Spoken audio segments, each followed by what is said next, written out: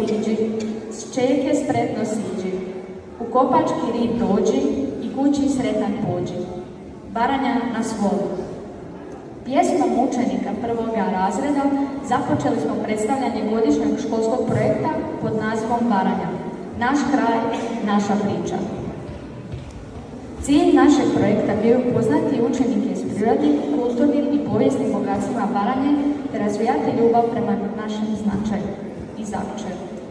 Željeli smo potaknuti istraživanje, suradničko učenje, kreativno izražavanje i povezivanje različitih nastavnih predmeta kroz zajedničku temu, našu Baranju.